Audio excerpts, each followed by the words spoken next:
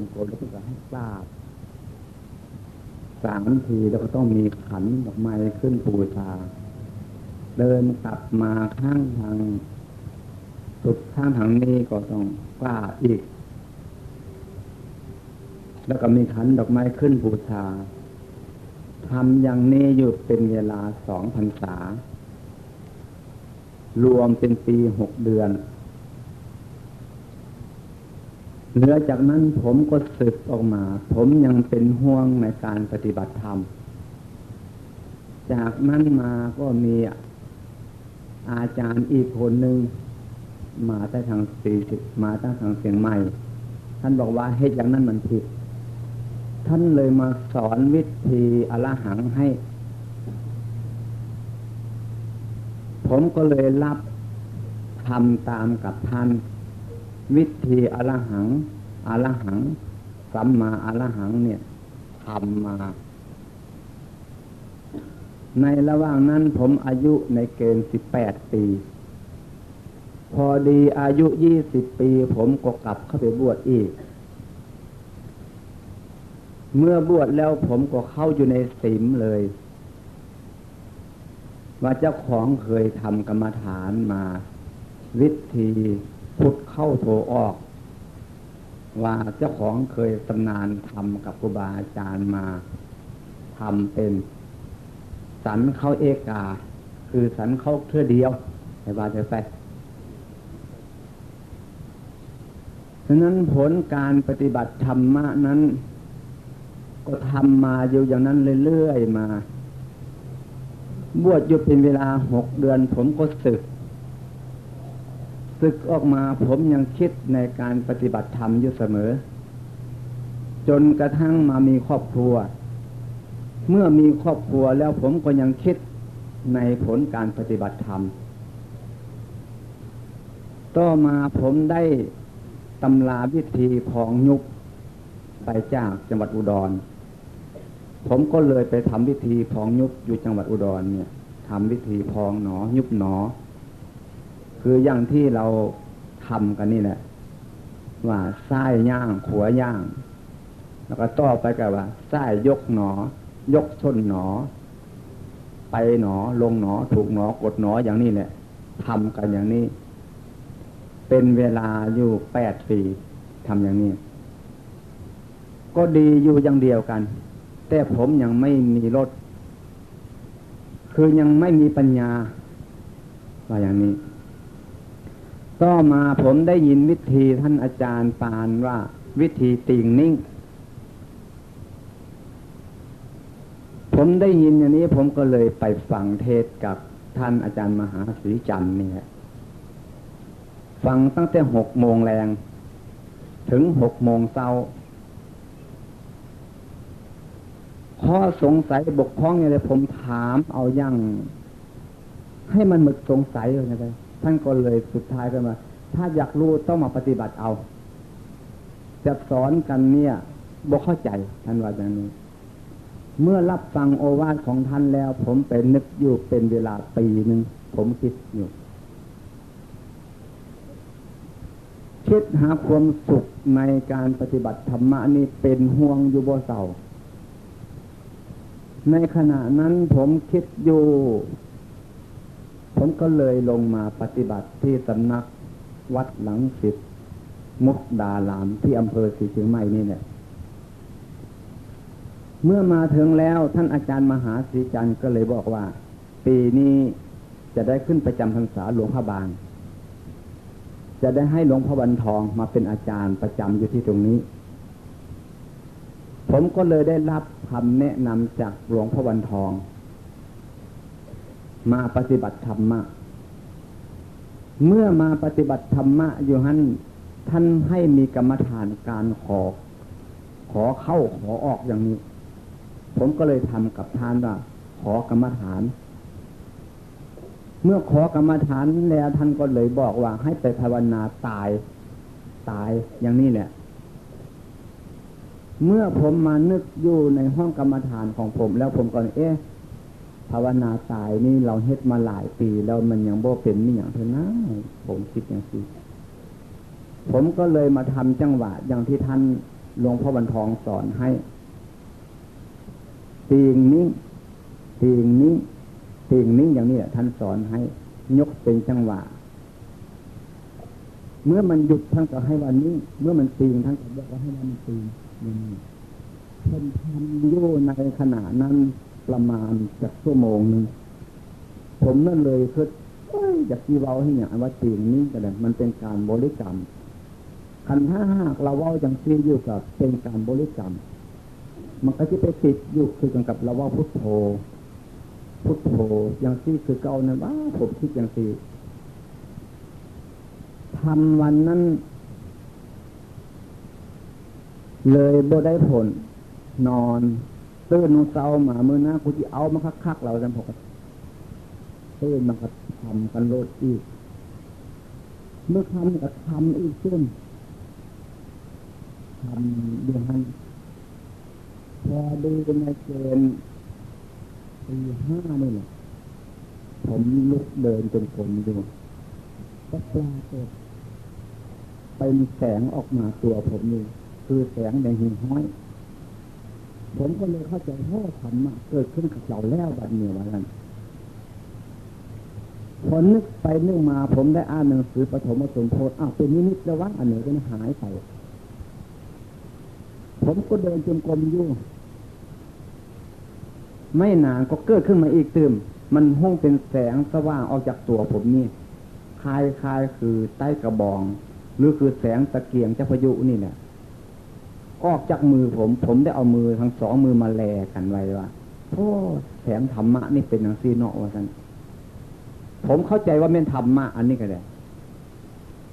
ผมไปเป็นนึกคิดเราอ่านหนังสือปฐมมาสมโพธิเนี่ยเป็นนิมิตแล้วอันเดียวกันก็เลยหายไปอีกตื่มผมก็เดินจงกรมอยู่เดินไปเดินมาเดินห้องแคบๆเมื่อเดินไปเดินมาเนื่อยแล้วผมก็ลงมานั่งมีแมงงอดตัวนึงตกลงมาตั้งแต่บนตกใส่ขาผมเนี่ยผมก็เลยพิจารณานั่งเบิ่งแมงงอดตกแต่มันก็บ่ตอดผมมันก็เลยอยู่กับขาผมมันรูปนี่มันบ่เฮ็ดหยังให้กันเด้ผมเลยเข้าใจอย่างซีโรดขาเราก็เป็นรูปแมงงอดก็เป็นรูปขาเราก็เป็นรูปนามแมงงอดก็เป็นรูปนามมันเป็นรูปนามคือกันหมดทั้งสองอย่างเลยเด้ส่วนมันทำลายกันนี่มันหายมันตอดนี่มันไม่มีหยังมันเม่นนามอันนึงบังคับให้รูปทำผมก็เลยนึกได้ว่ารูปนามนี่มันอาศัยซึ่งกันและกันมันเกี่ยวเนื่องกันเด้สำหรับรูปนี่บ่ทำอย่างเป็นนามนี่บังคับให้รูปทำรูปกับนามนี่จึงติดกันอยู่บ่เสาจากเถื่อผมก็เลยเข้าใจเรื่องรูปนามชัดว่าเตียงก็เป็นรูปเป็นนามว่าท่านต้องเข้าใจอย่างนี้แล้วผมก็เลยเอาไม้มาให้แมงงอดไต่ออกจากขาผมก็เอาแมงงอดออกไปวางไว้พอได้แมงงอดนั้นออกไปวางไว้ทางนอกคุณแล้วผมก็เลยมาทำอีกตื่นมันก็เลยปรากฏขึ้นมาว่ารูปนามนี่เป็นทุกข์เด้การเคลื่อนไหวทุกส่วนเป็นทุกข์แม้สัตว์เล็กๆน้อยๆก็เป็นทุกข์จะเป็นเจ้าฟ้ามหากษัตริย์ก็เป็นทุกข์เพิ่นว่าทุกขังอนิจจังอนัตตานี่มันการเคลื่อนไหวพริบตาหาใจคิดนึกทุกส่วนนี้มันทุกขังเด้อนิจจังนี่แปลว่าเราจะนั่งอยู่จากชั่วโมงนึงนี่บ่ให้หนึ่งให้ตีจากน้อยนี่ก็ทนบ่ได้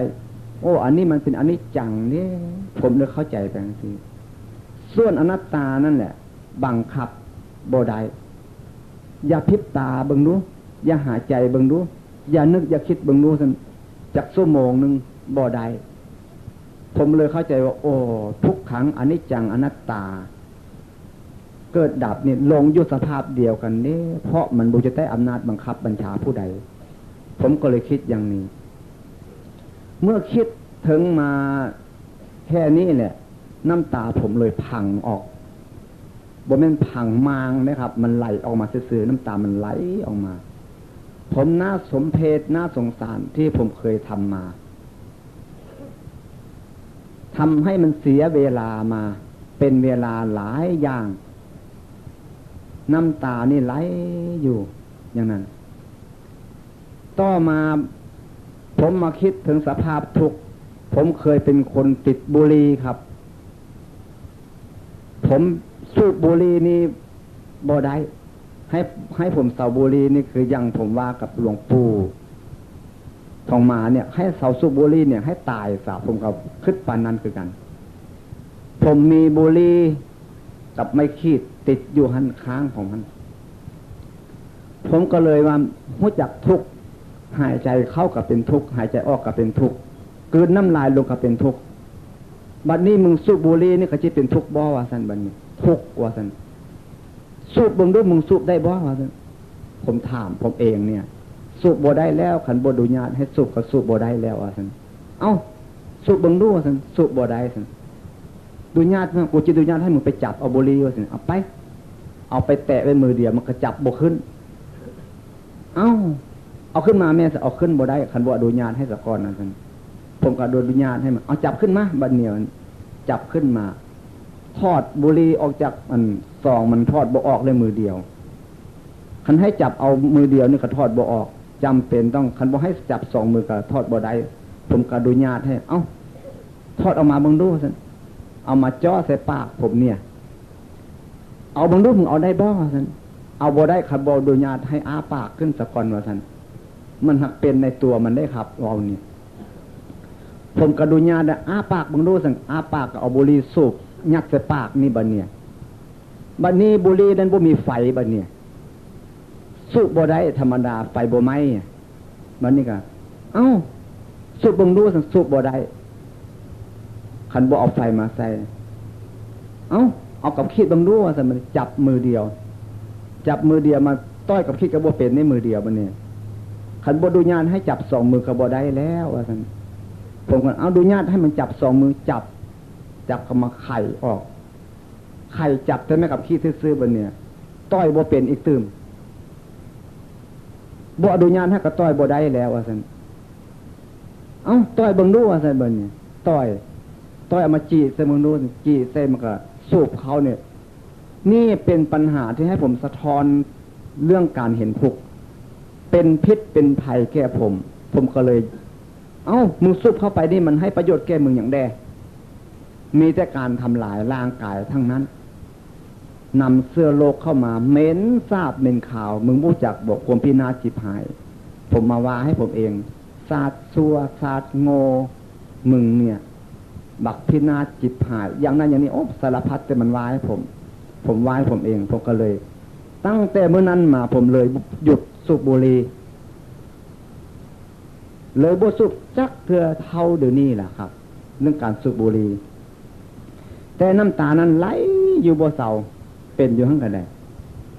ต่อมามีแม่ออกเอาข้าวต้มไปให้แม่ออกเอาข้าวต้มไปให้ผมยังให้อยู่เป็นหยังมาซั่นผมน่าสมเพชน่าสงสารเมื่อผมบ่ได้เข้ามาในสำนักนี้ผมสิบ่ได้รู้ธรรมะอันนี้และน่าสมเพชน่าสงสารผมบ่มีผู้บอกให้ผมว่าซั่นผมว่าเสาอย่าให้ว่าซั่นมันก็อดบ่ได้พอเวลาสั่นจังหันแล้วนี่ท่านหลวงพ่อบรรทองนี่ล่ะไปหาผมบัดเนี่ยเพิ่นไปสอบอารมณ์เพิ่นไปเห็นผมให้อยู่ศพนำหน้าบ่ว่าซั่นเพิ่นว่าน่ะว่าซั่น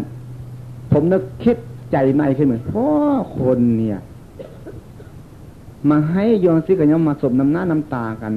เราเห็นธรรมะอย่างซี่ก็หน้าที่ที่มาปลอบโยนกันทั้งสั้นอย่างซี่ผมนึกคิดไปว่าหลวงพ่อนี่คล้ายๆคือบ่มีธรรมะแท้ๆว่าซั่นมาศพนำหน้าน้ำตากันทั้งซี่เลยน้ำตาผมก็เลยเศร้ามันเป็นปีติขึ้นเพราะการเห็นรูปนามทำอิฐนี่ขั้นแรกหรือว่าผมดีใจกับแมนเป็นปีติกับแมน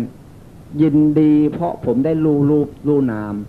รูปธรรมนามธรรมรูปโลกนามโลกรู้ทุกขังอนิจจังอนัตตารู้สมมุติรู้ไปหมดในขณะนั้นครับ บ่มีการหยุดยั้งพอดีออกจากรูโมนีเนี่ยพ่อบันทองวางแต่ก็น้ำตากระหายไปเพิ่นไปให้อารมณ์อีกตื่มตั้งสติให้มันดีว่าแต่เพิ่นวางครับผมก็บอกอังซีเพิ่นเลยบอกว่าจิตเป็นนายกายเป็นเรือสติเป็นหางเสือปัญญาเป็นคนพายเข้าใจบ่เข้าใจครับตั้งใจนะว่าท่านว่าครับว่าผมก็เลยตั้งใจกระทำกันอีกไปทำกันอีกไปในขณะนั้นเย็นจนมื้อแลงให้ว่าเดี๋ยวไปทำเพิ่นหนีไปได้ผมก็ทำอยู่ตอนเย็นมื้อแลง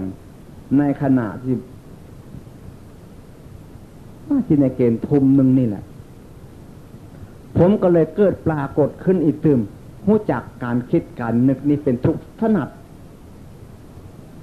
แม้การคิดทุกส่วนถนัดผมก็เลยตั้งสติเบิ่งมาเอาตัวทุกตัวนี้มันเป็นละเอียดที่สุด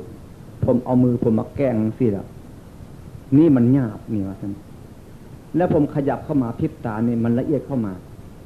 หายใจนี่คนอื่นยังมองเห็นได้อยู่ส่วนจิตใจคิดนี่คนอื่นมองเห็นบ่ได้ปะโถตัวนี้เด้มันละเอียดคนหมู่ว่าท่านผมก็เลยเอาสติมามองดูจิตใจนี่แหละครับอยู่บ่มีไผบอกไผสอนเรื่องนี้แต่ครูบาอาจารย์ก็บ่ได้แนะนำเพิ่นบอกเพียงว่าเอาดีๆนะจิตเป็นนายกายเป็นเรือสติเป็นหางเสือปัญญาเป็นคนพายเพิ่นไปให้แต่เพียงแค่นั้นผมก็เลยมาตั้งท่ากูจิเบิ่งจิตมันคิดมันนึกนี่ก่อนนะว่าซั่นมันเป็นจังไดว่าซั่นมันคิดมาจากไสผมมามองข้ามลมหายใจนิดเดียวครับตัวคิดนี่อยู่ต้องนอกอยู่นอกลมหายใจนิดเดียวมองข้ามอยู่ที่ตรงนี้เนี่ยพอดีมองข้ามที่ตรงนี้ผมก็เลยปรากฏเข้ารู้จักปรมัตถ์เมื่อรู้จักปรมัตถ์นี่จิตใจผมน้ำหนักตัวผมนี่นะ12กิโลว่าซั่นคล้ายๆคือมันเบาขึ้นมาอีกตึมในเราอย่างน้อยที่สุดว่าซั่นผมเอาทิ้งเมื่อกี้นี่6กิโลเหลืออยู่6กิโลว่าซั่นบัดนี้ส่วนความบ่ดีให้บ่ได้แป้งผมรู้จักปรมัตถ์แล้วผมเดินจงกรมไปอยู่เดินทางมันบ่ยาวครับเดินไปเดินมาอยู่ประมาณอีกจาก5นาทีเป็นอีกซึมทำให้จิตใจผมเปลี่ยนแปลงไปจากสภาพเดิมอีกซึมส่วน6กิโลนั่นแหละออกไปอีกซึมเหลืออยู่ประมาณจาก4กิโลปาโถจิตใจที่มันเปลี่ยนเป็นระดับเป็นอย่างที่เด้ผมได้ไปหวนคิดนะฮะอันเพิ่นว่าปฐมฌานทุติยฌานนี่มันเป็นอย่างที่บ่เนาะท่านผมคิดอย่างที่แล้วผมก็เลยเดินไปเดินมาอยู่ปรากฏขึ้นมาอีกซึมระดับจิตใจนี่เปลี่ยนขึ้นมาอีกเป็นครั้งที่3นี่ครับมีอารมณ์เป็นตอนไปน้ำหนัก4กิโลนั่นน่ะที่เหลืออยู่ประมาณในจาก2กิโลตกไปอีกขึ้นจาก2กิโลครับครั้งนี้โอ้เป็นจังซี่มันบ่เกิดมาแล้วบ่เคยเป็นสิจักเถื่อแม่นทางปฏิบัติแท้ๆบัดนี้ว่ามาหยุดอยู่นี่พักนึงอีกตื่นนึงคิดหาพ่อหาแม่คิดหาอ้ายหาน้องคิดหาในตระกูลคิดหมดโลกบัดนี้โอ้คนนี้ต้องการธรรมะหมดทุกคนหากบ่เข้าใจเด้อมันพรรณนาออกไปนอกไปสะก่อนบัดนี้พรรณนาออกไป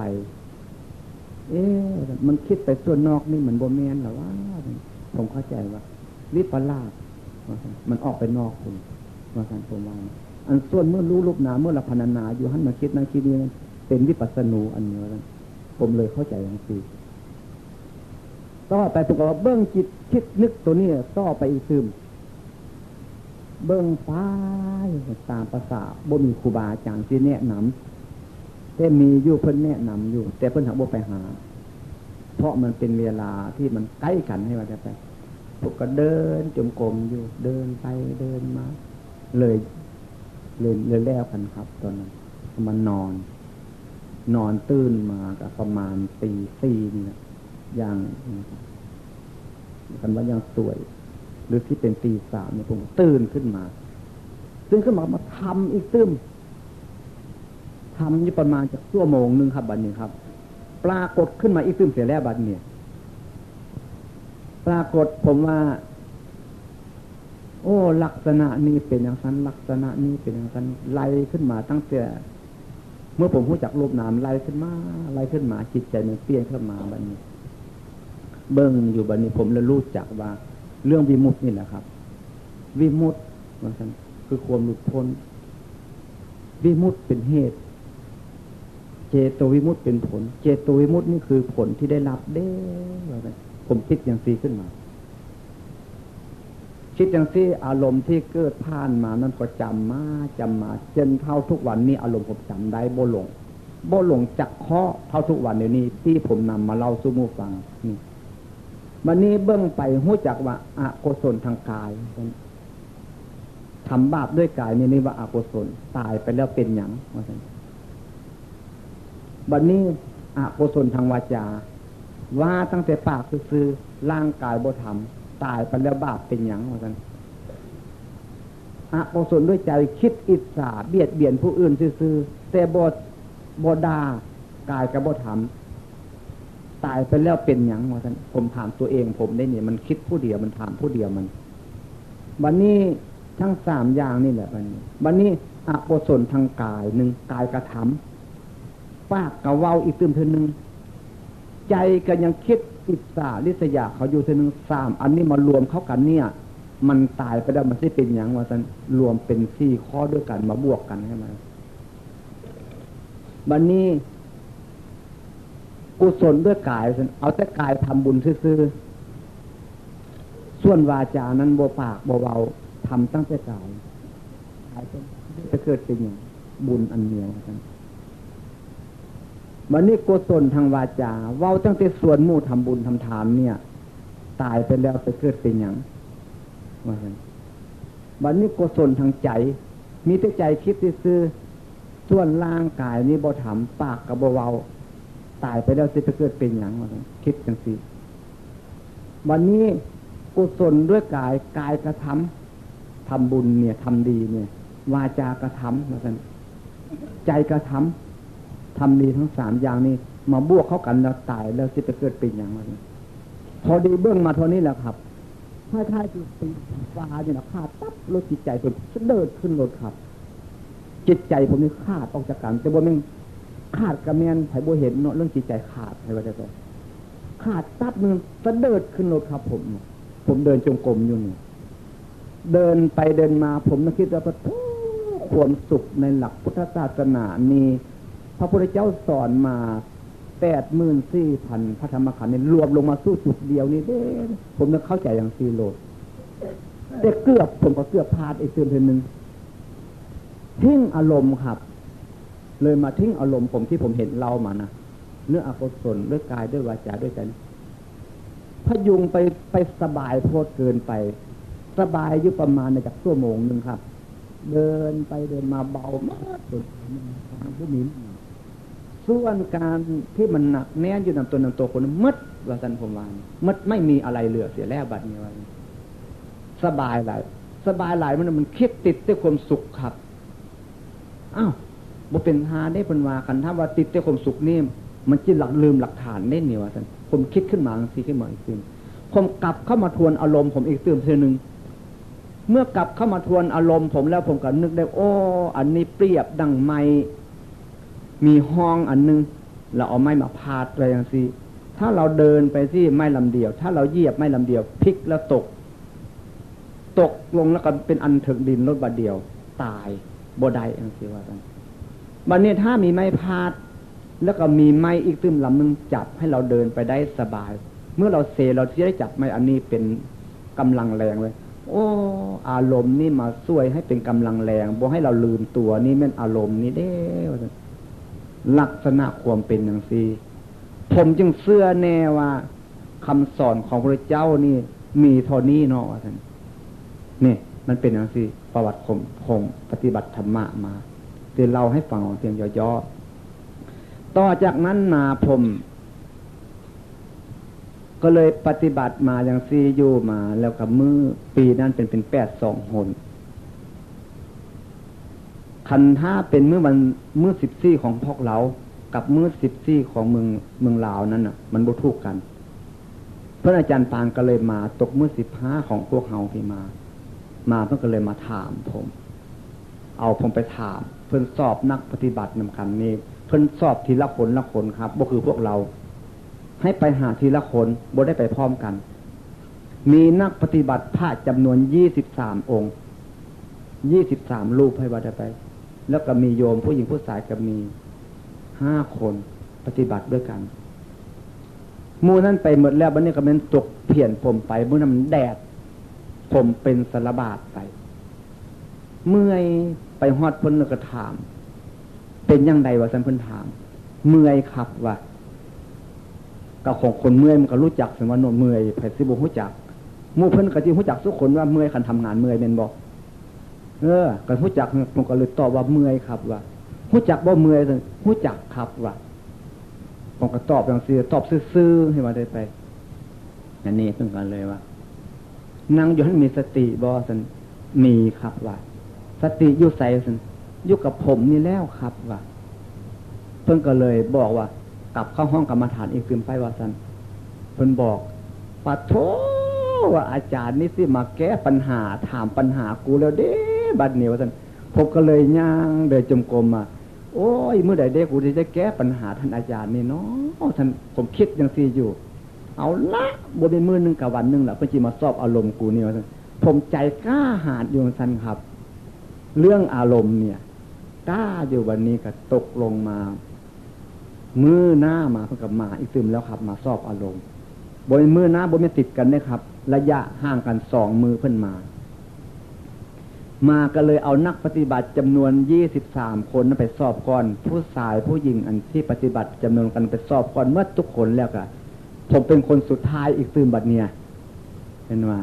เอาพอออกเสียงคานมาดูว่าซั่นเพิ่นก็นั่งอยู่โต๊ะคือจังซี่แหละผมก็นั่งคือเพิ่นอาจารย์นี่แหละเพิ่นอิงหมอนเท้า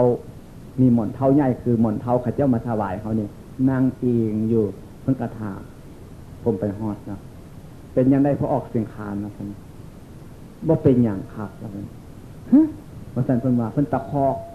เพิ่นคู่ให้ว่าเถอะไปใจนี่ว่านึงย้านขึ้นบัดเนี่ยอ้าวมึงย้านจังไดมึงบ่ไข้บ่เจ็บบ่หน้าบ่เป็นมีหยังมึงย้านจังไดซั่นใจเกิดขึ้นอีกตื่มผู้นึงคล้ายๆคือมีคู่บ่เด้บ่เป็นคู่นั่งเหี่ยค้างเลยครับจิตใจเนี่ยมันกล้าขึ้นมาอีกตื่มเทื่อนึงคล้ายๆคือว่าบ่ย้านให้มันได้ไปครับใจกล้าหาญสามารถว่าได้บัดนี้ใจนี่โธ่มึงย้านสิเมื่อกี้นี่เลยย้านทำไมอ่ะท่านเราจะว่าไปย่างกงไปกงมาเมื่อนี้ว่าท่านถ้าถามเป็นปัญหาก็ต้องแก้ปัญหาว่าต้องคิดอยู่ในใจบัดนี้เพิ่งก็เลยถามมาพอออกมาท่านครับว่าเป็นยังไงท่านรู้จักอย่างใดรู้จักว่าท่านบัดนี้ตอบบัดนี้รู้จักอันใดท่านรู้จักตัวผมนี่แล้วว่าท่านตอบเพิ่นรู้จักอันใดรู้จักตัวพอออกนะรู้จักรูปธรรมนามธรรมรู้จักรูปนามรู้จักสมมุติรู้จักศาสนารู้จักพุทธศาสนานี่แล้วท่านเฮ้ยคนคันบ่รู้จักรูปบ่รู้จักนามบ่รู้จักรูปธรรมนามธรรมบ่รู้จักศาสนาก็บ้าเท่านั้นคือคนตายแล้วนี่เท่านั้นแล้วว่าแต่เพิ่นว่าน่ะแม่นครับผมตายแท้ๆแต่ก่อนผมเป็นคนตายแล้วครับว่าผมเกิดใหม่ได้เดี๋ยวนี้นี่ครับว่าตะวันอ้าวคนเกิดใหม่ที่มาอย่างจังซี่ได้ว่าแต่เพิ่นถามมันเด็กน้อยมาจิมาจังซี่ได้จังได๋ว่าซั่นเพิ่นว่าเพิ่นคู่กับแม่นเพิ่นว่าซื่อๆกับแม่นบ่แม่นเกิดใหม่จังซั่นครับว่าผมเกิดใหม่นี่หมายถึงบ่ได้เกิดจากพ่อแม่ครับว่าผมเกิดปัญญาอันนึงขึ้นมาในตัวผมนี่ซื่อๆนี่ได้ครับว่าโอ้ยคนเนี่ยคันบ่รู้จักรูปรู้จักนามจังซี่ก็คือคนตายแล้วนี่แล้วแต่เพิ่นว่า2เทื่อครับบ่รู้จักแต่แท้ครับแต่ก่อนครับเดี๋ยวนี้ผมรู้จักเดี๋ยวนี้ครับรู้จักมันเป็นทางไหนพอออกเสื้อแท้บ่เสื้อครับว่าผู้อื่นว่าบ่แม่นจินว่าแม่นบ่แม่นครับว่าอาจารย์นี่ว่าบ่แม่นจิเสื้อบ่เสื้อครับว่าเสื้อผมเองว่าซั่นเพิ่นก็เลยมานั่งกองความคิดอยู่เพิ่นสิหาข้อมาถามผมนั่งประมาณอยู่บ่นานนะครับคันนานก็สิประมาณจาก5นาทีระหว่างนี้ล่ะ เพิ่นเลยถามเพิ่นพอออกเกลือเข็มบ่ว่าซั่นเพิ่นถามโอ้ยอันจังซี่ก็สิมาถามกันล่ะเนาะว่าซั่นปัญหาเด็กน้อยแล้วแหละบัดเดี๋ยวท่านผมเข้าใจจังซี่ครับ เป็นปัญหาเด็กน้อยว่าสันผมคิดดูนะมาถามอย่างซี่มาถามปัญหาเด็กน้อยแล้วมาถามอะไรต่อเพิ่มมา เกลือนั่นมันโบเข็มนะครับแบบมันยุกกระทอพุ่นมันโบได้ยูรินผมนี่ว่าผมบูรู้จักว่าเกลือเค็มเพราะเกลือโบอยู่ในลิ้นผมมันเค็มถ้ามันเค็มก็เค็มอยู่พุ่นมันโบเค็มอยู่ในลิ้นผมนี้ผมว่าเกลือโบเค็มเดี๋ยวนี้เนี่ยครับว่ามันก็บอกกันซีโรดเพิ่งกันเลยอ้าวเกลือของมันเค็มมาให้ได้ว่ากันโบเค็มครับเกลือโบอยู่ในลิ้นผมเพิ่งกันเลยแล้วไปเพิ่งกันนั่งไปประมาณอีกถึงจาก5 นาทีเพิ่นหาวิธีมาถามเพิ่นกลับมาถามว่าพอออกว่าสันมักพริกเผ็ดบ่สันผมก็ตอบอีกตื่มมามักพริกบ่เคยได้อยู่ลิ้นผมนี่มันจีเผ็ดยังได้ครับผมบ่รู้จักมักพริกเผ็ดซ้ำมักพริกนั้นบ่ได้อยู่ในลิ้นผมถ้ามักพริกอยู่ในลิ้นผมนี่มันเผ็ดผมก็สิได้รู้จักเดี๋ยวนี้มักพริกบ่ได้อยู่ลิ้นผมบ่เผ็ดเดี๋ยวนี้นี่ครับผมก็ตอบไปจังซี่เพิ่นก็นั่งข่าวนึงประมาณจาก5 นาทีเนี่ยแต่เพิ่นสิถามแต่ละครั้งเนี่ยครับเพิ่นต้องคิดซะก่อนเพิ่นอาจารย์ปานเนี่ยเพิ่นต้องคิดบัดนี้เพิ่นถามว่าพอออกว่าซั่นสมมุตินะบัดนี้ว่าซั่นเพิ่นว่านะคำว่าดำนี่สี่อันใดดำหลายว่าซั่นเพิ่นว่านะโอ้ยว่าเพิ่นอาจารย์ปานนี่อย่างว่าจังซี่เนาะว่าซั่นผมคิดอยู่คำว่าดำที่มันหมดกับดำหั่นแล้วครับอันใดดำเหลือจากดำไปบ่มีดอกครับว่าเพิ่นก็เลยเศร้าไปกลับมาถามอีกตื่มมันข่าวเด้อันใดข่าวหลายกว่ากันพอคำว่าข่าวกับหมดกับข่าวเท่านั้นข่าวเหลือข่าวไปไม่มีบ่ว่าอันใดครับว่าก็เลยตอบเพิ่นลวงไปโลดบัดนี้ว่าดำก็คือกันเลือดดำไปไม่มีข่าวคือกันเลือดข่าวไปไม่มีซิ้วคือกันเลือดซิ้วไปไม่มีแดงอย่างเดียวกันครับเลือดแดงไปไม่มีเรื่องคือกันเลือดเรื่องไปไม่มีสุดเท่านั้นครับว่าเรื่องมูนีมันสุดกับเรื่องของมันที่ซื้อผมก็ตอบบางทีเพื่อนที่ถามหาจุดว่าที่สุดของทุกธรรมเพียงแค่ไหนผมเข้าใจไปยังสิความหมายของพระอาจารย์ปานถามผมถามปัญหาเด็กน้อยผมเข้าใจไปในทองนั้นอย่างผมว่านี่ผมเข้าใจว่าเพื่อนที่ถามหาที่สุดการปฏิบัติธรรมเนี่ยมันจะสุดแค่ใดวะท่านเพิ่นคือที่มีกฎหมายไปอย่างท่านผมก็เลยแก้ไปอย่างท่านเลยโลดประเดียวบัดนี้เพิ่นก็เลยมานั่งเพิ่นเติบโยมมาท่านขับว่าสมมุติว่าวัดหลังสีมุตลางนี่แหละเป็นป่าแล้วออกไปหั่นกับเป็นป่าดอนอีกตื่นดอนนึงและมีโยมคนนึงออกจากนี้ไปแบกปืนไปว่าสันเพิ่นวานแล้วไปเห็นเสือตัวนึงยิงเสือใส่ทิ่มไว้ดอนหันและโยมคนนั้นก็ไปบอกให้โยมมาหาอาจารย์จิมาบ่ว่าสันผมก็เลยตอบเป็นกมาแล้วท่านอาจารย์สั่งมากมาแล้วที่บ่มาหาอย่างไรครูบาอาจารย์สั่งมาคันมาหันเสือใส่กัดว่าสันเพิ่นวานอ้าวที่กัดจังไดขับเสือบทันเห็นเท่านี้นั่นที่เฮ็ดแต่ไหนมาก็ต้องลีกแนวสะพานวานนะบ่ลีกครับผมสิย่างมานำทางขึ้นมาซื่อๆคันมานำทางเสือใส่กัดแท้ๆเอาสะพานวานบ่ครับผมบ่ลีกเพิ่นยั่วเพิ่นจูงไปในทางที่ให้ผมหลบครับผมนึกได้โอ้ยเพิ่นอาจารย์นี่มาถามวิปลาสเราแล้วอันนี้ว่าซั่นผมเข้าใจจังซี่คนบ่รู้จักวิปลาสปฏิบัติวิปัสสนามาสิรู้จักจุดหมายปลายทางอย่างไดมันก็เฮ็ดไปทั่วที่ทั่วแดนนั่นบ่ว่าผมเข้าใจไปจังซี่ผมบ่ลีกทางดอกครับต่อเมื่อผมเห็นเสือเมื่อใดผมจึงจะลีกเมื่อนั้นถ้าหากผมบ่เห็นเสือเมื่อใดแล้วผมบ่ลีกบางทีผมเอาชนะเสือก็เป็นได้ผมก็เลยตอบบางทีพอดีตอบบางทีจริงบ่พอออกว่าท่านเพิ่นถามครับว่ามีความสามารถจังซั่นเตือสามารถจังซี่ล่ะครับว่า1,000จำนวนคนปฏิบัติอย่างนี้ผู้หนึ่งขออนุโมทนาบุญนำเด้อโยมนั้นผมก็บ่ดีใจบ่เสียใจยั่งเพิ่นว่าประมาณนั้นนะครับผมมีการปฏิบัติอยู่นำส สำนักหลวงพ่อบรรทองเป็นเวลา3 เดือนเมื่อครบกำหนด3 เดือนแล้วบัดนี้ผมก็เลยนิมนต์พระจำนวน23 รูปนั่นแหละไปทำความเข้าใจกับท่านอาจารย์ปานอยู่วัดโศกปาหลวงไปคายละวะเพิ่นให้มาได้ไปซื้อผ้าสบงเนี่ย23 ผืนไปอีกด้วยไปคายละวะเพิ่นอาจารย์ปานอยู่วัดโศกปาหลวงเหมารถไป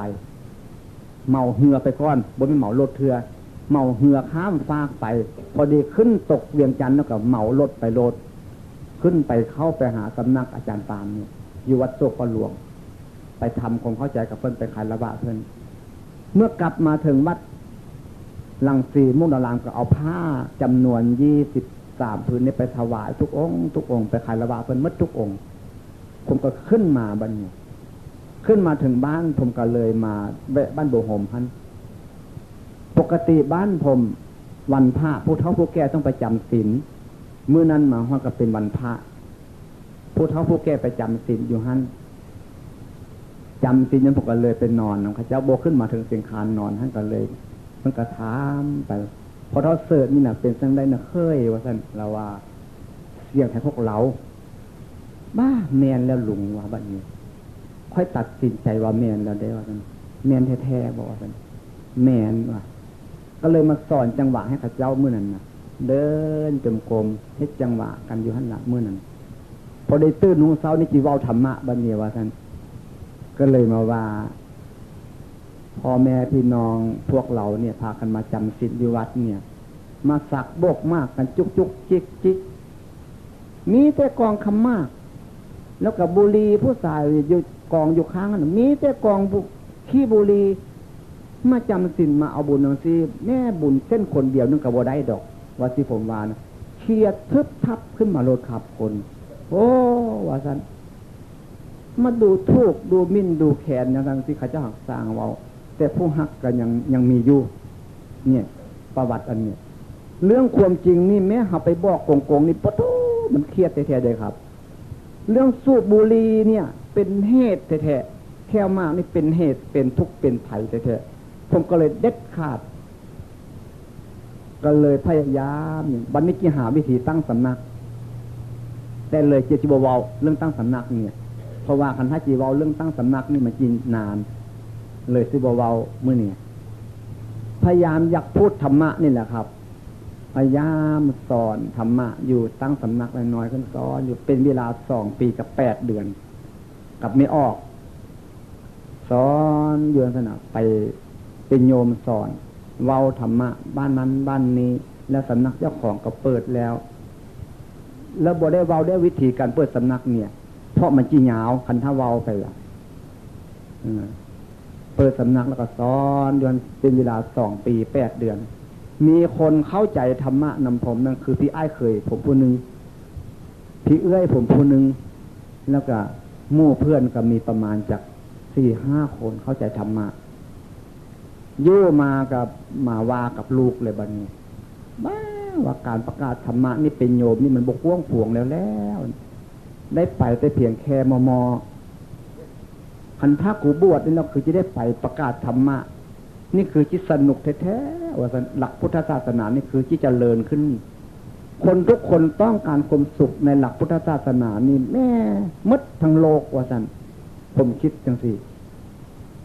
โลกเนี่ยจะเป็นโลกใดก็ตามต้องการธรรมะต้องการคำสอนของพระเจ้าแท้ๆว่าซั่น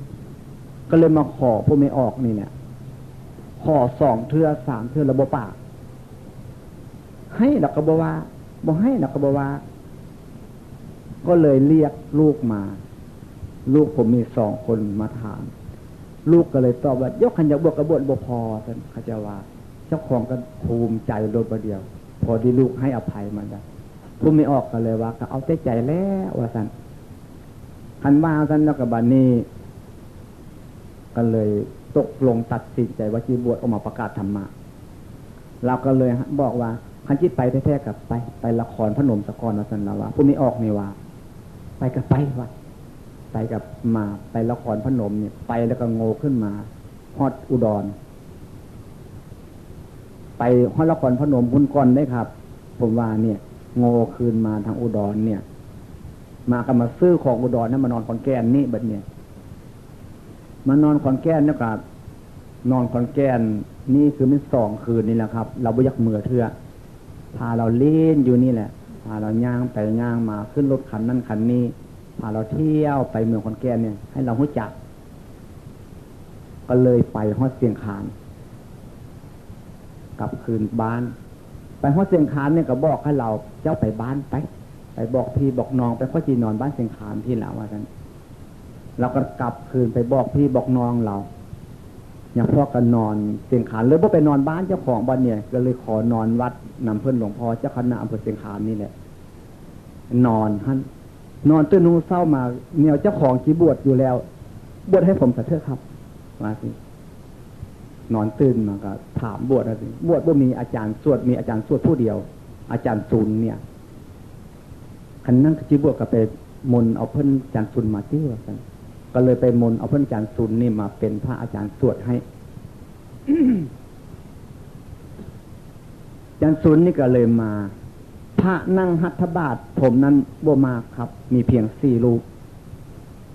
อาจารย์ซุนผู้เดียวสวดพอดีบวชเสร็จแล้วได้4 มือวัดพลไสอยากเปิดสำนักวิปัสสนาอีกเสร็จแล้วบัดเนี่ยเพิ่นหลวงพ่อก็เลยให้ไปสอนอยู่กับบ่อนำแล้วก็มีภาพไปจากจังหวัดอุดรนี้ไปสอนวิปัสสนาให้บ้านนาน้ำมันน้องสาวเพิ่นนี่แหละเป็นโตแข่งเพิ่นก็เลยเอิ้นผมมาถามว่าหลวงพ่อท่านคนเข้าวิปัสสนาเป็นตัวแข็งในหลวงพ่อรู้จักบ่โอ้ยก็รู้จักนั่นแหละครับวิธีเข้าตัวแข็งมันสิยากมีหยังผมเฮ็ดก็เป็นครับว่าก็เลยบอกจังซี่คันท่านไปเถอะไปแก้เถอะว่าท่านไปก็ได้แต่ผมบ่รู้จักทางคันหลวงพ่อพาไปผมไปได้ว่าเพิ่นก็เลยไปทำวิธีเปิดอีกซึมละอันเราสำนักวิปัสสนาแล้วมีตั้งแต่เปิดบึดเดียวกันมีแต่เปิดพุ่งเปิดพีอยู่กับทางซุมือเดี๋ยวนี้เปิดวิปัสสนานี่ก็จักความเว้าเพิ่นหาวิธีสวดสยันโตเปิดวิปัสสนานี่ก็ได้ก็เลยเอาน้องสาวเพิ่นมาเข้าผมก็เอาเพิ่นไปนั่งใกล้ผมหั่นผู้น้องสาวเพิ่นก็นั่งต่อหน้าหั่นผมก็คอยเบิ่งลมหายใจมันน้อยเข้าลมหายใจธรรมดาคนที่เป็นตัวแข็งเนี่ยต้องสะกดนะถ้าไปต้องการเรียนเนี่ยผมได้ไปเว้าอยู่บ้านหนองบัวต้องการเรียนเรื่องที่เข้าตัวแข็งเนี่ยไม่ให้เกิน30 วันผมจะสอนให้ได้เพราะผมชำนาญผมได้บอกลังสีถามพ่อหามก็ได้เพราะทงศูนย์ว่าจะเอาลูกมาเข้าว่าท่านเอามาไม่ให้เกิน30 วันจะสอนให้จริงๆว่าผมทาอย่างซี่ละมีว่าข้ามแต่ละก่อนพอดีมันหันใจเลี้ยวเข้าน้อยเข้าเนื้อเข้ามาจิกกั้นนะมาจิกเข้าตัวแขนผมก็เลยบอกหลวงพ่อในจิกเข้าตัวแขนนั้นเรียกแม่ว่าเพิ่นก็เอิ้นน้องสาวเพิ่นมันก็ตื่นขึ้นมาบัดเนี่ยก็เลยหายไปแล้วกันเอาทำอีกตื้มแล้วกันทำไปมันก็นั่งก็เบิ่งลมหายใจมันก็น้อยเข้าเนาะครับมันก็จะเป็นอีกตื้มผมก็เลยบอกเพิ่นนี่ที่เป็นตื้มแล้วนี่ครับหลวงพ่อว่าเพิ่นก็เอิ้นอีกตื้มเรียกคือก็เลยว่าเป็นผลที่สุดคนเป็นตัวแขนนั่นก็เลยหายเรียกรถให้เอิ้นรถคันพอดีเอิ้นแล้วหายเลยคนบ่รู้สึกตัววิธีเข้าตัวแข็งนี่ผมคำนวณว่าถ้าเข้าถึงตัวแข็งเข้าทุกมือ3 ปีแล้วต้องเสียสติลดแน่บัดเดียวผมได้ทดลองมาแล้วเรื่องเข้าตัวแข็งเป็นอย่างซี่ต่อมากันเลยกลับคืนมาแล้วบัดนี้กลับคืนมาสู้เมืองเชียงคานตามเดิม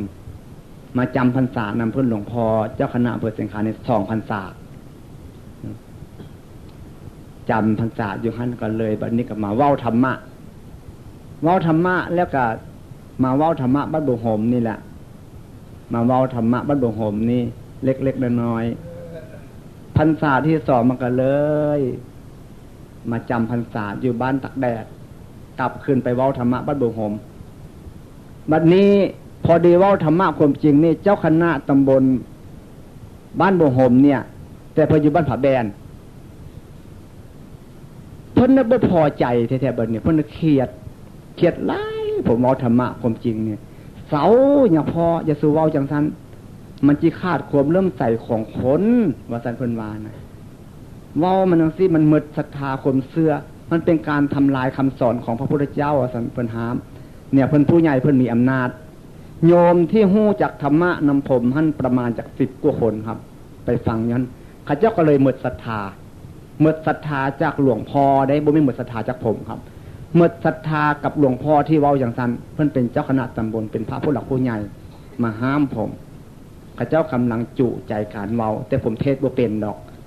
จิเทศเป็นตายหยังของว่าบ่ได้เรียนหนังสือไทยที่ว่าโตธรรมกับตัวลาวนี่เทศผมเขียนได้อ่านได้ต่อมาข้าเจ้าก็เลยมาเฮ็ดบุ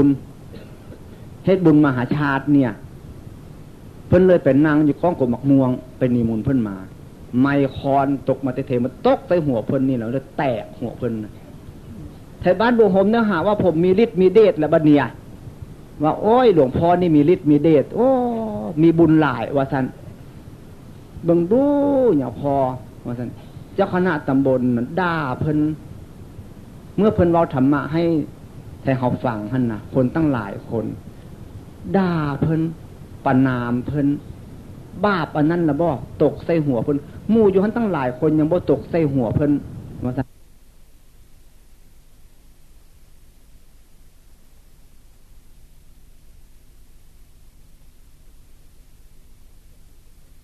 มันตกมาเตะมันก็แตกใส่หัวแต่คนธรรมดาเขาเนี่ยเป็นการเข้าใจผิดไปทั้งนั้นครับผมที่มีฤทธิ์มีเดชตายพี่หยังไม่มันค้างอยู่เทงคุณน่ะเมื่อบ่มีอันเกาะมันก็ตกลงมาทึกผู้ใดมันก็แตกใส่หัวจะมีเรื่องไม่อย่างไรเนี่ยมันเป็นอย่างนั้นความคิดของคนการเข้าใจผิดนี่เป็นอย่างนั้นต่อมาก็เลยมาอยู่บ้านน่ะอ้อบัดเนี่ยจินเราลัดพิโรธมาอยู่บ้านน่ะอ้อเนี่ยเพิ่นอาจารย์มหาบุตรทองนี่แหละออกจากถ้ำไปอยู่ถ้ำผักปูมาบิณฑบาตส่วนกันอยู่บ้านน่ะอ้อส่วนกันไปกันมาเพิ่นก็บ่ฮู้จักผมก็บ่ฮู้จักเพิ่นมื้อนึงเพิ่นออกมามื้อใดก็บ่ฮู้จักนะผมบ่จดบ่จำเลยเนี่ยออกมาก็เลยเพิ่นมาลมอย่างพ่อเพชรอยู่ผมก็เลยไปลมนำเพิ่นเดือนนั้นผมก็เลยทึกข้าเจ้านิมนต์ไปบ้านนาโคกไปเทศบ้านนาโคกพอได้ไปเทศบ้านนาโคกกลับขึ้นมาผมก็มาลมเพิ่นอีกตื่นมาลมเพิ่นว่าผมถามเพิ่นท่านอาจารย์เคยศึกษาปริยัติบ่ว่าซั่นเพิ่นนี่ก็บ่บอกความจริงอีกตื่นละปิดไว้ได้เรียนมาแด้เล็กๆน้อยๆว่าซั่นจบหลักสูตรบ่ครับเพิ่นก็บ่บอกได้เรียนมาแด้เล็กๆน้อยๆว่าซั่นผมก็ว่ามีจุดประสงค์อย่างใดว่าซั่นที่ไปหาปฏิบัติธรรมะเฮ็ดนำกันเรียนๆอยู่นี่ก็ได้ครับปฏิบัติอยู่นำผมนี่ก็ได้ว่าซั่นเฮ็ดเล่นๆกันบ่มีเฮ็ดเอาจริงเอาจังเนาะผมก็เว้าพอปานนี้ล่ะเพิ่นเลยตอบเพิ่นว่าผมบ่เคยอยู่สำนักน้อยจักเทื่อว่าซั่นเพิ่นว่านะคันถ้าอยู่สำนักน้อยๆนี่บ่เกิน3มื้ออยู่ฮอด3มื้อก็ดีครับว่าปฏิบัติเล่นอยู่นี่แล้วว่าซั่นผมก็เลยบอกจังหวะให้เพิ่นก็เลยเฮ็ดจังหวะผมก็เลยบอกว่าบ่ต้องไปบิณฑบาตหรอกครับผมสิไปบิณฑบาตมาเลี้ยงภายใน3มื้อเนี่ยผมคิดในใจผมคิดถึงสภาพผมไปปฏิบัติธรรมะว่ามันถ้าตั้งใจจริงๆแล้วมันไม่นานว่าสิถ้าเป็นคนพูดจริงทำจริงผมคิดย้อนถึงอดีตของผมวันนี้พอดีตอนเช้ามาผมที่ไปบิณฑบาตผมเนี่ยไปคิดจังไดอีกตื่มหูกลับไปหาเพิ่นอีกตื่มสะก่อนว่าสิบ่ไปหาเพิ่นเพิ่นกลับไปถามเพิ่นเป็นจังไดครับว่าซั่นเพิ่นก็เลยว่าฮู้จักรูปนามบ่สิผมถามฮู้จักว่าซั่นเพิ่นว่านะเป็นจังไดรูปนามว่าซั่นเว้านั้นเป็นตาหัวอย่างว่าบนนี้ก็ได้คล้ายๆคือคนบ้าเนาะคนบ่ฮู้จักก็ว่าฮู้จักเอาได้นี่ก็ได้เพิ่นก็ว่าผมก็เห็นรูปผมไปนั่งจ่อคออยู่พุ่นว่าซั่นผมผ้าสีกักนี่แหละท่านบ่เห็นหัวว่าท่านเพิ่นว่าผมบ่มีหัวว่าท่านเห็นแต่คุมรูปตัวของผมเนี่ยผมผ้าสีกักตัวนี้แล้วครับอยู่พุ่นว่าท่านนั่งอยู่พุ่นเอ้าเน่งเบิ่งดูครับว่าเฮ็ดจังหวะเบิ่งดูว่าท่านเพิ่นก็เลยเฮ็ดจังหวะขึ้นหันแล้วรูปนามครับเพิ่นก็เลยรู้จักเราของเพิ่นเรียนเนี่ยเพิ่นรู้จักไวหรือบ่เพิ่นมีแผนที่ให้ว่าจะไปเพิ่นกลับรู้จักรูปนามกับหันรถประเดียว พอดีหู้จักรูปนามแล้วผมก็เลยเว้าเพิ่นเท่านั้นแล้วผมก็ไปบิณฑบาตแล้วก็คืนมาสันจังหันแล้วผมก็กลับไปถามอีกตื่มอยู่นำกันนานเติบพยายามเว้ากับอยู่หันเพิ่นก็เข้าใจแต่รูปนามครับเข้าใจแต่เพียงรูปนามเลยสอนก็อยู่เพียงแค่รูปนามเท่านั้นล่ะเอากันอยู่พอปานนั้นก็เลยหนีมาผมที่มาบ้านได้บัดนี้ครับที่มาบ้านผมก็เลยมาก็เลยบ่มีเงินทุกไทยบ้านปากมากตายพระเจ้าก็เลยไปนิมนต์ก็เลยไปสวดมนต์นำกันบัดนี้ก็ได้เงินมาเพื่อก็ตามมาฮอดบ้านโมโหมที่มาปฏิบัติธรรมะอยู่พี่แล้วเพิ่นเลยมาเข้าใจธรรมะอยู่พี่ได้บัดเนี่ยมาเข้าใจธรรมะอยู่พี่เพิ่นเลยว่าเอาละบัดเนี่ยว่าซั่นหลวงพ่อว่าซั่นมันว่าเสือมาก็สู้เสือผีมาก็สู้ผีบัดเนี่ยว่าซั่นผมก็นึกได้บัดเดียวโอ้ว่าเราได้ระเบิดลูกนึงแล้วบัดเนี่ยจะโยนระเบิดให้มันแตกพังไปแล้วเด้อบัดเนี่ยผมคิดอย่างซี่อยู่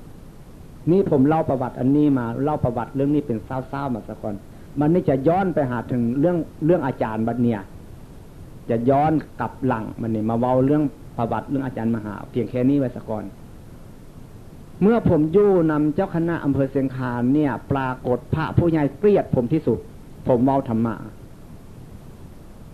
เป็นตัวการคือเจ้าคณะตำบลกำนันผู้ใหญ่บ้านสิทธิเอกสมศักดิ์มูนี่นะบ่พอใจเขาก็หาวิธีฟ้องร้องแล้วก็อีกพระหลายท่านอีกตื่มผู้เป็นรองเจ้าคณะอำเภอก็บ่พอใจอีกซะด้วยบัดนี้และอาจารย์ก็หลายคนอาจารย์ผู้สวดผมนี่ก็บ่พอใจอีกตื่มเทื่อนึงผมเว้าไปเว้ามาก็ได้คันสิเว้าก็สาธุครูบาอาจารย์บ่เป็นหยังเพิ่นก็เลยมาติดต่อท่านอาจารย์มหาสิจันทร์พี่แหละขึ้นไปเป็นอาจารย์เดิมอาจารย์ผู้เทศให้ฟังแต่ขั้นแรกแต่ผมเลยบ่เว้าเรื่องการฟังเทศมื้อนี้เพราะว่าผมเล่าเมื่อเช้านี่มันยาวโพดผมตัดเอาสั้นๆบัดเนี่ยขึ้นไปผมก็เลยไปหาเพิ่นเพิ่นก็ถามเป็นจังไดปฏิบัติธรรมะเป็นจังซั่นเป็นจังซี่มันบ่แม่นดอกว่าซั่นหลวงพ่อว่าซั่นแม่นแล้วครับมันบ่แม่นคือเพิ่นว่าแท้ๆครับผมบ่แม่นเพิ่นเด้ครับว่าผมก็เลยตอบว่าสิบ่แม่นข่มเพิ่นครับบ่แม่นแท้ๆผมมันผิดเพิ่นแท้ๆมันผิดจะเว้าจังซั่นน่ะแต่เพิ่นว่าน่ะผิดเพิ่นแท้ๆครับว่าผมรับรองว่าเสื้อแน่ผมผิดเพิ่นแท้ๆว่าผมก็เลยตอบไปอย่างซี่แล้วโอ้ยเว้าอย่างซั่นต้องไปเรียนปริยัติซะก่อนว่าซั่นเพิ่นว่าจะไปเรียนไม่เฮ็ดหยังปริยัติเด้ครับผมเรียนมาพอแล้วครับว่าคันไปเรียนก็ไปเรียนในซื่อๆนี่เว้าอย่างซั่นมันผิดว่าซั่นเพิ่นก็ตอบอยู่ผมนี่ผิดครับผมรับรองว่าผมผิดเพิ่นอาจารย์แท้ๆก็ยังว่าผมผิดเพิ่นนะเดี๋ยวนี้นี่ครับว่าผมก็ตอบมีหลักสำคัญอยู่จุดเดียวผมว่าเรื่องอาการเกิดดับที่ผมเคยพูดมาให้ฟังกันมาบ่อยๆอย่างนั้นผลที่สุดอาจารย์ก็เลยเกลียดแต่ผมบ่เกลียดเพิ่นบ่ไปหาจักเถื่อโยมที่โหธรรมะไปนำผมนั้นเขาเจ้าก็หมดศรัทธามื้อนั้นหมดจากท่านอาจารย์จนกระทั่งมื้อนี้บ่ได้ไปหาเพิ่นจักเถื่อผมก็ได้บ่ได้ไปหาเพิ่นแต่ที่บ่เว้าเรื่องประวัติเพิ่นลองไปบ้านเพิ่นกลับเข้าไปกลับไปนำลูกชายผมเอาเงินนำเพิ่นลูกชายผมมันเครียดมันเพิ่นด่าเพิ่นประณามผมมันเครียดธรรมดาเด็กน้อยธรรมดาปกติท่านอาจารย์มหาสิจันทร์นี่ไปมานำผมบ่เก็บเงินจักเทื่อแต่สมัยผมเป็นโยมอยู่ก็ได้มานำลูกชายผมเขาเที่ยวอยู่เขาก็บ่เก็บเงินจักเทื่อมื้อนั้นสะพะสะเพาะไปนำลูกชายผมอีกตื่มมันตักเอาเงิน80 บาทก็เลยไปเว้าอยู่ที่บ้านวังนั้นอีกตื่มเขาเลยเอิ้นซื้อลูกชายผมนี่พวกไทยเหือนะเพราะว่าลูกผมมันเป็นเจ้าของเหือให้ว่าได้ไปมันเป็นคนเก็บเงินเอิ้นเพิ่นบ่ฮู้จักว่าเป็นเหือลูกผมเพิ่นไปนั่นก็ได้เพิ่นเอิ้นเทียนว่าซั่นเพิ่นเลยเข้าหูเพิ่นโลดอ้าวบักเทียนนี่บ่มีลูกหยังบ่เทียนนั่นบ่ว่าซั่นเพิ่นประณามผมไปเด้ครับไปนำเหือเพิ่นก็ประณามไปเพิ่นก็เลยคิดจังได๋ฮู้นึกว่าคงสิเป็นลูกหลวงพ่อเทียนเสร็จแล้วบัดนี้ว่าซั่น พิ่นก็เลยมันไปปลอบบอกให้หลวงพี่บอกให้หลวงพ่อมาหาอาจารย์เลยเนอะว่าท่านสั่งลูกผมเนี่ยหลวงพ่อที่ใดท่านมันซะเพิ่นตลกเป็นไอ้นี่ก็ได้หลวงพ่อที่ใดว่าท่านหลวงพ่อโตนั่นนะพ่อโตที่ไหนครับว่ามันตลกเพิ่นอันนี้ก็ได้หลวงพ่อโตนั่นนะหลวงพ่อเทียนนั่นนะหลวงพ่อเทียนนี่กับเป็นพิธีอาจารย์นี่แหละว่าหลวงพ่อเทียนที่ไหนครับว่ามันตลกอยู่หันเอาพ่อโตนั่นนะพ่อโตที่ไหนครับผมบ่มีพ่อว่ามันว่าไปอันหลวงพ่อเทียนนั่นนะเป็นพี่อ้ายของมหาสิจันทร์เนี่ยว่าให้เพิ่นกลับมาเรียนปริยัติเด้อมันก็ว่าจังว่าครับคันผมบ่ลืมผมก็สิบอกว่าคันผมลืมแล้วก็แล้วไปว่ามันนึกเลยบอกไปอย่างนี้เนี่ยเป็นอย่างนี้เรื่องผลการปฏิบัติการกระทำของผมบัดนี้จะกลับมาเราเรื่องอาจารย์มหาดูต่อมาอีกตื่นบัดเนี่ยเรื่องอาจารย์มหาสิอาจารย์เดิมนะเราให้ฟังแล้วเนี่ยเรื่องที่อาจารย์บ่ไว้ใจเท่าซุมือเดียวนี้เนี่ยเพราะว่าผมมองเป็นคนต่างหมู่ผมเชื่อแน่ในการปฏิบัติที่ผมได้ประสบกับอาการสิ่งเหล่านี้มาผมอยากเอาธรรมะสิ่งเหล่านี้ออกมาเผยแผ่จึงได้เราเป็นประวัติให้ฟังเมื่อเพื่อนอาจารย์มาอยู่ดำนี้แหละพอดีปฏิบัติธรรมะรู้จักปรมัตถ์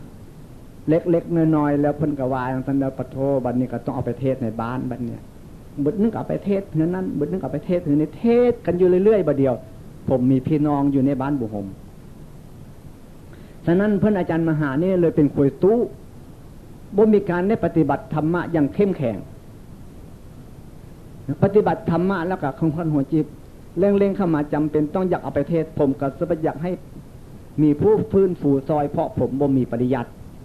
บ่มีมิยังผมบ่เคยได้เรียนหนังสือมีแต่ได้ประสบกับอาการต่างๆมาเท่านั้นกับประเทศท่านเทศนี้แผ่นดินไหวบ้านบุหมบ่แม่นแผ่นดินไหวคือต้นไม้ไหวนี่เด้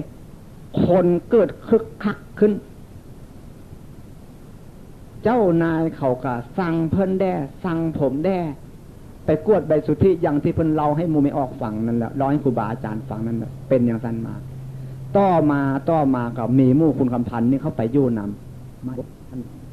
มาปฏิบัตินำมาอยู่บ้านนาอ้อนี่ก็หลายคนปฏิบัติมา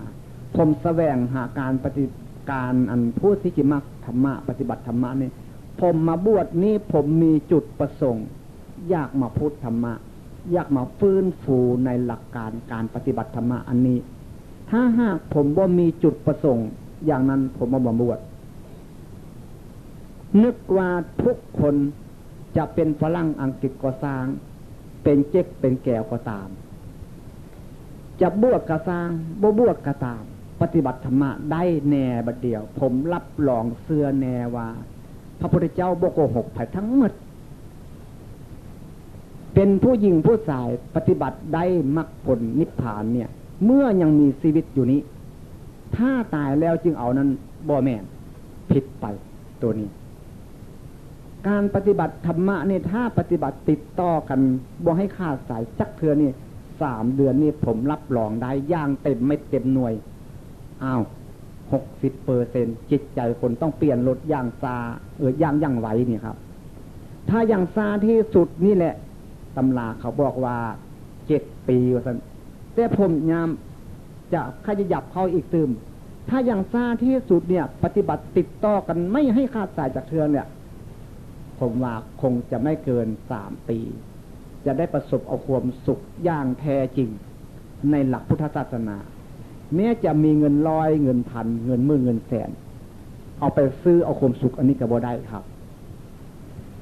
ความสุขประเภทนี้บ่มีตลาดขายให้กันบ่เป็นและเอาให้กันก็บ่ได้มีแต่เพียงการแนะนำเท่านั้นถ้าหากคนแนะนำนั้นให้ไปสู่จุดอาจจะไปจุดได้วันนี้จะกลับมาเล่าเรื่องเพิ่นประวัติอาจารย์มหาอีกตื่มทีนึงที่ได้เล่ามาแล้วเนี่ยเพิ่นก็เลยถามผมบัดเนี่ยอันปฏิบัติธรรมะในจุดสำคัญมันคืออันใดว่าซะเพิ่นว่าเนี่ยสมัยอยู่บ้านนาอ้อนะบัดเนี่ยก็ผมเป็นคนโง่ครับบ่ได้เรียนหนังสือเนี่ยก็จำเป็นก็ต้องบอกซื่อๆมีเพิ่นอาจารย์มหากับ ทิศสิทธิ์นี่แหละบวชเป็นพระนมหลวงปู่กาหลวงปู่วัด4 คนแล้วกับผมนี่อยู่นำกันเนี่ยถามมันมีจุดสำคัญจังไหนโยว่าอันเฮาว่ากันพระพุทธเจ้าตัดผมครั้งเดียวนี่ยาวคา2 ข้อมือนี่บ่ยาวตึมจากเทือนี่บ่ใช่เป็นความจริงนะครับว่าอันนี้ได้เป็นตัวสำคัญมันผมคนเนี่ยมันต้องมีการยาวตึมได้ครับเพิ่นเข้าใจรถวอโทนี่ก็ได้พระพุทธเจ้าตัดผมครั้งเดียวเนี่ยวอโทนี่เนี่ยมันเป็นอนันต์พุนได้ครับว่าสิวายเพิ่นก็ธรรมดาคนถามกันแนวคนบ่รู้จักตำราผมเนี่ยบอกซื่อๆนี่แหละให้ว่าจะไปมันอนันต์พุนต่างหากได้ครับมันขาดออกจากกันซื่อๆนี่เพิ่นเลยเข้าใจเพิ่นเลยจับเอาเรื่องอันนี้แหละผมก็ได้ยินเพิ่นเล่าให้ฟังจับไปถามเจ้าคณะอำเภอเสียงคานเนี่ยมันสามารถที่เป็นอย่างสั้นแท้ๆบ่ปฏิบัติธรรมะนี่ว่าสั้นเพิ่นก็ยังบ่ไว้ใจอยู่บ่หรือยังก็บ่รู้จักเพิ่นแล้วเหลือจากนั้นเพิ่นยังจับเรื่องอันนี้มาถามเจ้าคณะจังหวัดเลยที่อีกตืบมันเป็นอย่างสั้นแท้ๆบ่ว่าสั้นเพิ่นหาเอาเรื่องเพิ่นไปวิพากษ์วิจารณ์อันนี้เราประวัติของเพิ่นแทนซื่อๆอันเนี้ย ฉะนั้นการปฏิบัติธรรมะนั้นผมจึงได้เคยพูดว่าเรื่องโลภโกรธหลงเนี่ยมันยังบ่เป็นสิ่งสำคัญถ้าหากผู้ใดว่าโลภโกรธหลงเป็นสิ่งสำคัญนั้นถูกอยู่แต่มันถูกผิวนอกบ่แม่นมันถูกผิวในผมเลยเข้าใจเรื่องนี้แหละการปฏิบัติธรรมะผมไปอ่านหนังสือตำราหลักสูตรนักธรรมสั้นโธเนี่ยว่าพระโสดาบันจะมาเกิดในมนุษย์อีกชาติหนึ่งคือเอกพีชีผมเลยนึกได้ว่าโอ้พระโสดาบันนี่ก็จะมาทำงานบ่อนนี้เด้ตื่มเทื่อนึง เพราะงานมันบ่แล้วว่าซั่นพระโสดาบันจะมาเกิดในมนุษย์อีกอีก6 ชาติโอ้พระโสดาบันนี่ก็จะได้มาทำงานอันนี้อีกตื่มเด้6 เทื่อยังจะเสร็จงานว่าซั่นผมคิดผู้เดียวผมบัดนี้พระโสดาบันว่าซั่นจะมาเกิดในมนุษย์อีก7 ชาติโอ้พระโสดาบันจะได้มาเกิดในมนุษย์อีก7 ชาตินี่ก็จะมาทำงานอันนี้อีก7 เทื่อเด้งานนี้จึงจะจัดสำเร็จไปได้ผมนึกอันนี้ขึ้นมาฉะนั้นเรื่องกับเรื่องกันเรื่องวิพากษ์วิจารณ์มูนี้ผมปรากฏว่าหมดสิ่งที่เว้าเรื่องการทำบุญให้ทานนั้นมันเป็นเหงื่อรอซื่อๆเรื่องการทำบุญให้ทานรักษาศีลอย่างใดๆก็ตามเป็นเหงื่อรอเพราะให้คนติดเราซะก่อนเมื่อติดเราแล้วเราจะยั่วเขาได้หรือว่าบอกเขาได้ทำได้เฮ็ดได้อย่างที่เขาอยากจะเฮ็ดนำเราได้ปัญหามันมีเพียงแค่เดียวว่าพระพุทธเจ้าตัดผมครั้งเดียวยาวคา2 ข้อมือและไม่ยาวอีกต่อไปและไม่สั้นอีกต่อไปเท่าเดิมเสมอตัวนี่ปัญหามันจุดนี้แหละขอให้เข้าใจไว้เรื่องอาการเกิดดับบทไซเมนว่าคิดนี้มันเกิดนี้มันดับนี้หูได้ยินมันเกิดมันส่งเข้าไปถึงจิตใจมันดับอันนั้นเขาสอนกันอยู่ก่อนแล้วเรื่องนี้เขาสอนกันอยู่ก่อน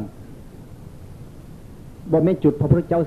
4จุดอาจารย์องค์อื่น4มาถ้าหากผู้ใดไปซักไปก้าวเอาคำสอนอาการเกิดดับที่แท้จริงนั้นมาว่าเป็นจุดนี้นั้นผมว่าผู้นี้ก็4เป้าหมายผิดและอีกต่อไปนี้หากพวกเราทุกคนมาฟังธรรมะไปตีเป็นเลขเป็นบัตรเป็นเบอร์นั้นผมว่าคงจะเป็นคนฆ่าผมอีกซะด้วยหรือฆ่าพระพุทธเจ้าไปอีกซะด้วยคันหากพระพุทธเจ้ายังมีอยู่เพราะผมบ่ได้เจตนาว่าจะบอกเลขบอกบัตรบอกเบอร์ของไผทั้งหมดผมมีความจงรักภักดีจะมาเว้าธรรมะอันนี้อย่างเดียวเท่านั้นมีจุดหมายปลายทางอยากให้คนเข้าใจธรรมะได้รับความสุขที่ว่าเราเป็นสาวพุทธเท่านั้นฉะนั้นที่ผม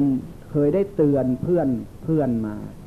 อย่าบอกเถอะเรื่องเลขเรื่องบัตรเรื่องเบอร์นี่มันบ่แม่นคำจริงมันบ่เป็นคำสอนของพระพุทธเจ้าผมก็เลยเตือนมากระทั่งผมเองผมก็บ่เคยเมาจากเถื่อ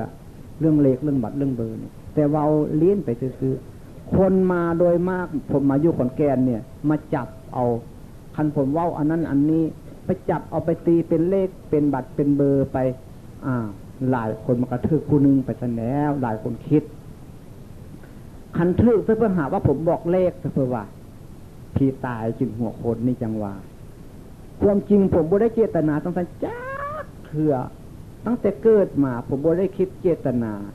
แม้ผมมาบวชนี่ผมมีเจตนาอย่างเดียวที่มาเว้าธรรมะอันนี้เท่านั้นผมในใจฝังอยู่ในใจผมเนี่ยถามเพื่อนอาจารย์มหาก็ได้ถามผู้ที่เคยอยู่กับผมนานๆปีมาก็ได้ผมนึกอยู่แล้วว่าถ้าหากเว้าเรื่องพุทธศาสนาเรื่องคำสอนพระพุทธเจ้านี่เมืองไทยนี่เข้าใจธรรมะดีกันแล้วผมยังอยากเรียนภาษาอังกฤษอยู่เท่าทุกมือเดี๋ยวนี้ผมอยากไปเว้ากับฝรั่งผมได้เว้าเรื่องนี้อยู่บ่เสาผมจะเป็นนุ่งกางเกงบักดำๆนั่นแหละเสื้อดำๆนั่นไปเว้ากับอเมริกากับฝรั่งเนี่ยให้พูดภาษาปฏิบัติธรรมะผมจิตซีเข้าไปจุดเดียวเท่านี้ไปทำงานกับอันนี้เท่านั้นว่าท่านผมคิดอยู่นะเพราะพวกนั้นเป็นนักปัญญาชนความคิดมาผมว่าคงจะเข้าใจเลยเมื่อฝรั่งเข้าใจแล้วผมยังที่สึกอีกตื่นเธอหนึ่งละเพศนั้นจะไปสอนเจ๊กว่าสันบันเนี่ยไปสอนคนจีนว่าสันบันเนี่ยจีบวชเป็นพระจีนว่าสันว่าโบเสื้อถามหมู่ผมที่เคยไปอยู่นะผมได้ตั้งสังเกตจังซีอยู่โบเสาจากเธอเรื่องการบวชการศึกนี่ยังบ่สำคัญเธอได้ครับการบวชการศึกนี่บ่สำคัญเห็นว่าเจ้าของบวชมาสิว่าเจ้าของได้ปฏิบัติหลักพุทธศาสนาอย่างถูกต้องแล้วนั้นถูกอยู่ถูกเพียงแค่สมมุติบ่เป็นถูกเนื้อแท้ปัญหามันมีเพียงแค่นี้ครับเท่าที่ผมคิดมาอยู่เป็นเวลาหลายมือหลายวันหลายปีหลายเดือนที่มาอยู่ร่วมกันเนี่ยเรื่องประสบกับอาการการปฏิบัติธรรมะนั้นเราให้ครูบาอาจารย์หรือว่าไม่ออกพอออกคือเนนฝังมื้อนี้ก็นึกว่าพอสมควรต่อไปนี่ก็จะได้เล่าเรื่องอารมณ์การปฏิบัติธรรมะต่อไปฉะนั้นการปฏิบัติธรรมะเบื้องแรกจำเป็นต้องเฮ็ดจังหวะเก็บมือเข้าเอามือออกเดินจงกรมให้รู้จักรูปนามเบื้องแรกรูปนามมันติดกันอยู่เสมอไปให้รู้จักรูปนามแล้วก็ต้องให้รู้จักรูปธรรมนามธรรมรูปโลกนามโลกเมื่อรู้จักรูปธรรมนามธรรมรู้จักรูปโลกนามโลกแล้วให้รู้จักทุกขังอนิจจังอนัตตาเกิดดับเมื่อรู้จักทุกขังอนิจจังอนัตตาเกิดดับแล้วให้รู้จักสมมุติสิ่งที่สมมุติขึ้นในโลกที่เราติดกันอยู่โดยวัตถุทุกวันนี้แหละสิ่งที่สมมุติทุกอย่างให้รู้จักให้ทั่วถึงเมื่อรู้จักสมมุติอย่างทั่วถึงแล้วนะสิก็ต้องให้รู้จักหลักพุทธศาสนา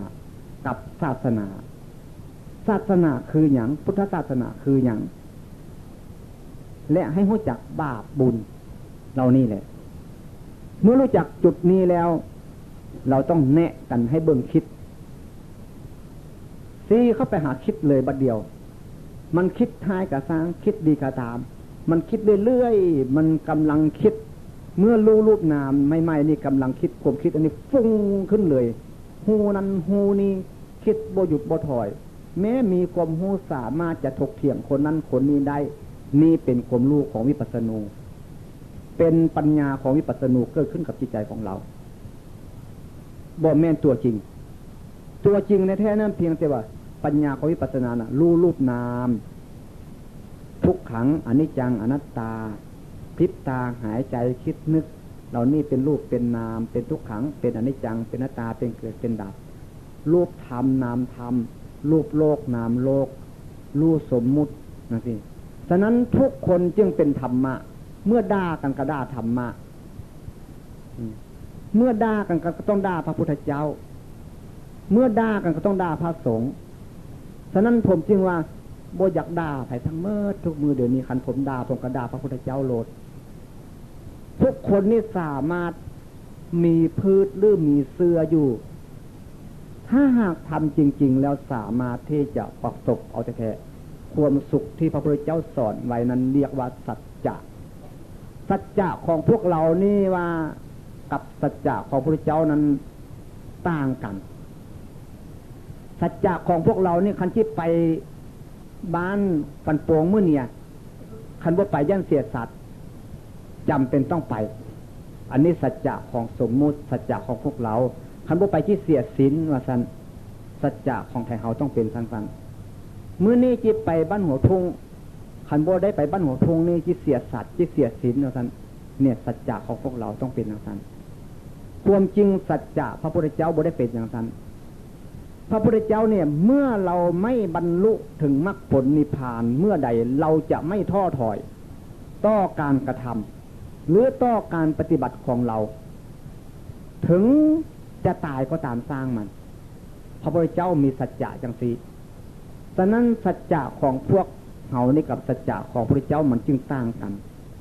ผลการกระทำของพวกเราก็เช่นเดียวกันพระเนนและแม่ขาวเนี่ยพอออกที่อยู่รวมกันเนี่ยการปฏิบัติธรรมะก็บ่เหมือนกันผมก็สังเกตเบิ่งอยู่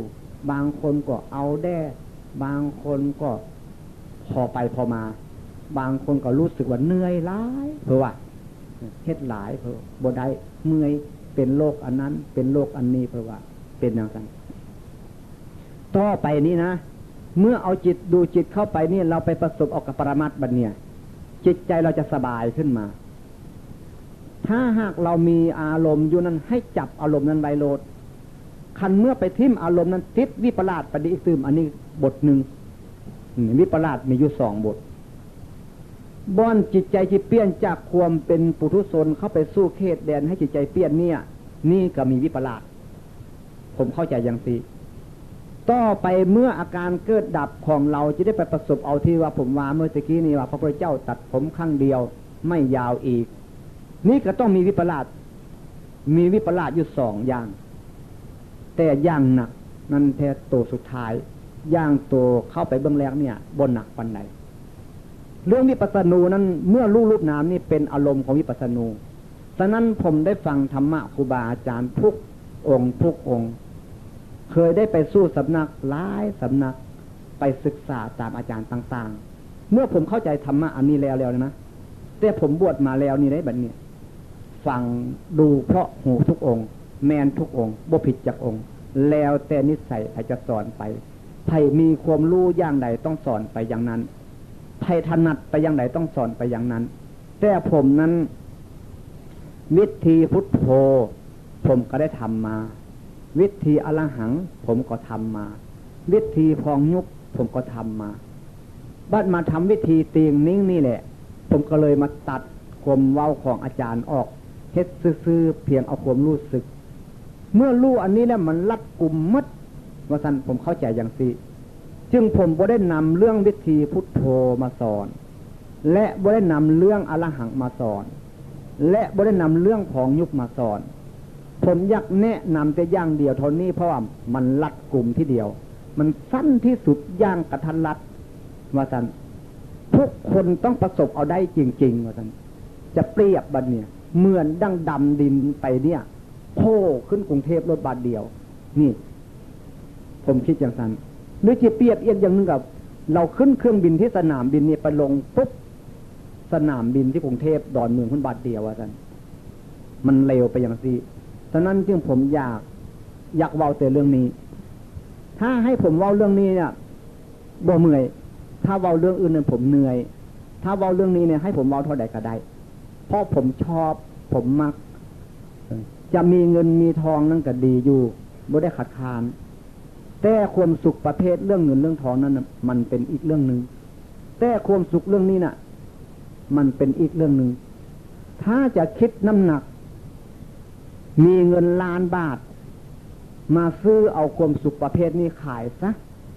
อย่าสู้เอาซะโอ้ยแล้วเท่านั้นแหละผมบ่เอาแล้วที่เอามาให้หยังเงินล้านบาทนี้ความสุขประเภทนี้เนี่ยผมว่ามันเหนือเงินล้านบาท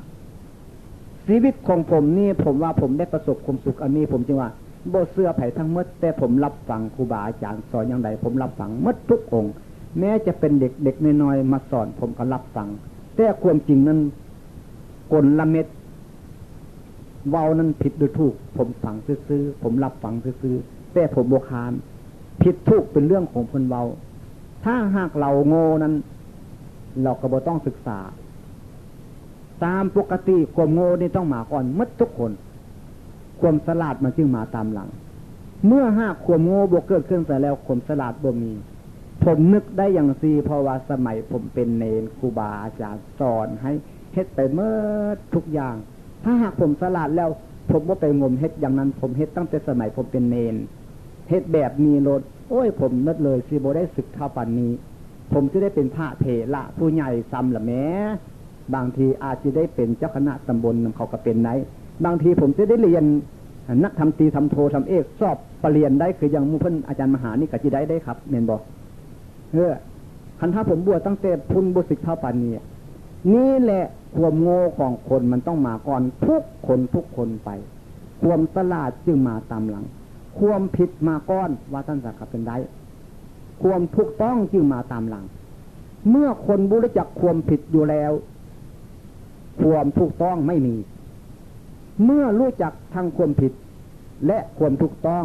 ทั้งสองอย่างนี้จึงเรียกว่าเป็นมัชฌิมาปฏิปทามัชฌิมาปฏิปทานั้นเดินทางเข้าไปสู่จุดบอกว่ารู้จักจุดนี่แหละมัชฌิมาปฏิปทาเดินทางสายกลางรู้จักจุดที่สุดของมันนั่นแหละเห็นจุดนี้แหละเป็นมัชฌิมาจึงว่าบ่ผิดบ่ถูกอาจารย์องค์ใดสอนก็บ่ผิดบ่ถูกคำว่ามัชฌิมาปฏิปทานี่แปลว่าความเว้าของผมเนี่ยผมบ่ได้เว้าของผู้อื่นเนี่ยผมบ่ได้รู้ปริยัติเมื่อไปถึงจุดอาการเกิดดับนี่แหละเป็นมัชฌิมาปฏิปทาบอกว่าโอ้เดินเข้ามานี่แล้วถึกปุ๊บเอานี่รถเนาะท่านนี่เนาะจุดเดียวเท่านี้เนาะ 84,000 พระนามขันธ์รวมลงมาสู้จุดเดียวเท่านี้แม้จะเรียนหนังสือได้ก็มาสู้จุดนี้เรียนหนังสือบ่ได้ก็มาสู้จุดนี้เขียนหนังสือได้อย่างคล่องแคล่วก็จะมาทำงานอันนี้เขียนหนังสือบ่เป็นจักโตก็จะมาทำงานสู้จุดเดียวเท่านั้น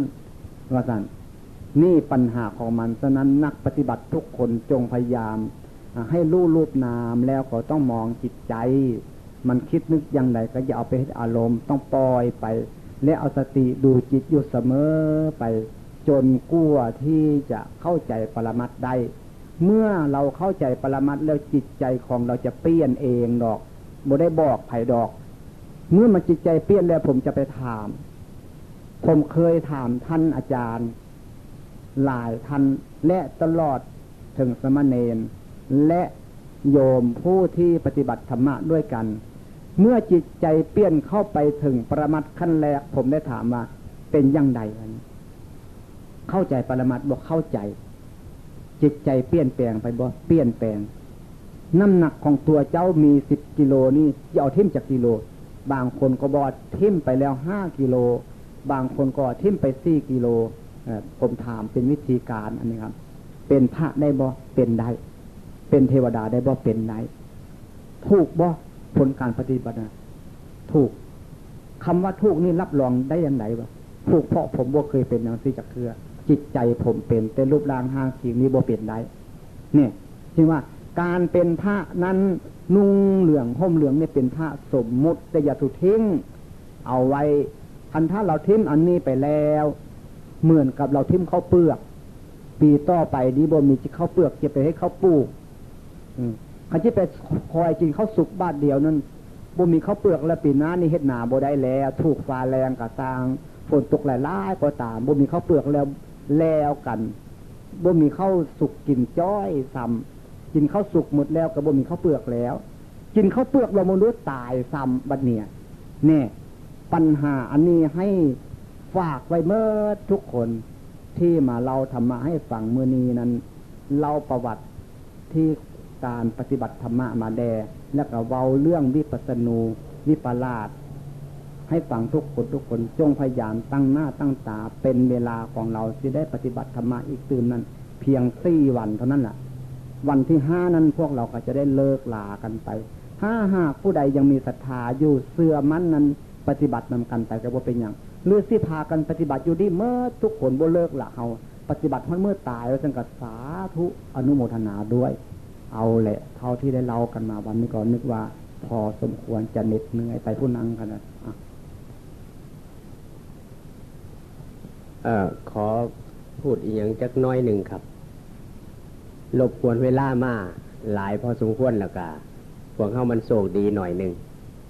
คือว่าในการที่หลวงพ่อเพื่อนได้เว้าประวัตินี่ผมกับเพื่อนอาจารย์มหาบัวทองแล้วก็คณะครูบาอาจารย์ได้พยายามขอร้องให้เพื่อนหลวงพ่อเว้าประวัติให้พวกนักปฏิบัติเฮาได้ทราบอย่างแจ่มแจ้งแน่มื้อเช้านี้ก็เว้ามาแน่แล้วแต่ว่ามันก็เพิ่นบ่ได้เตรียมตัวก็เลยบันทึกเทปไว้ก็มีการขาดตกแล้วก็อยากให้เพิ่นเน้นหนักในเรื่องของการปฏิบัติสำหรับของเพิ่นตกลงกับเพิ่นก็เลยรับปากว่าสิเว้าอีกตอนแรงเพราะฉะนั้นก็การพูดนี่บ่แม่นเป็นการโอ้อวดให้เข้าใจแบบนั้นด้วยเหตุที่ว่าเพิ่นมีความเมตตาต่อนักปฏิบัติอยากให้รู้อยากให้เข้าใจว่าการปฏิบัตินั้นมันบ่เลือกบุคคลมันบ่เลือกเฉพาะว่าสิเป็นฆราวาสญาติโยมหรือสิเป็นพระเป็นเณรมีสิทธิที่สิเข้าถึงธรรมะคือกันอ่านหนังสือบ่ออกอ่านหนังสือบ่ได้ก็สามารถที่สิเห็นแจ้งในธรรมะคือกันหรือว่าผู้ใดสิไปคิดว่าเพิ่นเป็นการโอ้อวดหรือสิอวดอุตริมนุสธรรมอย่างนี้เพิ่นกระท่ายพิสูจน์คือกันเพราะหลักของธรรมานั้นเรียกว่าเป็นเอหิปัสสิโกคือท่าให้พิสูจน์การท่าให้พิสูจน์นี่บ่ได้หมายถึงว่าเป็นการท่าทายแต่ว่าผู้ต้องการอยากพิสูจน์ผู้ที่สิมาโจทย์ผู้ใดผู้หนึ่งนั้น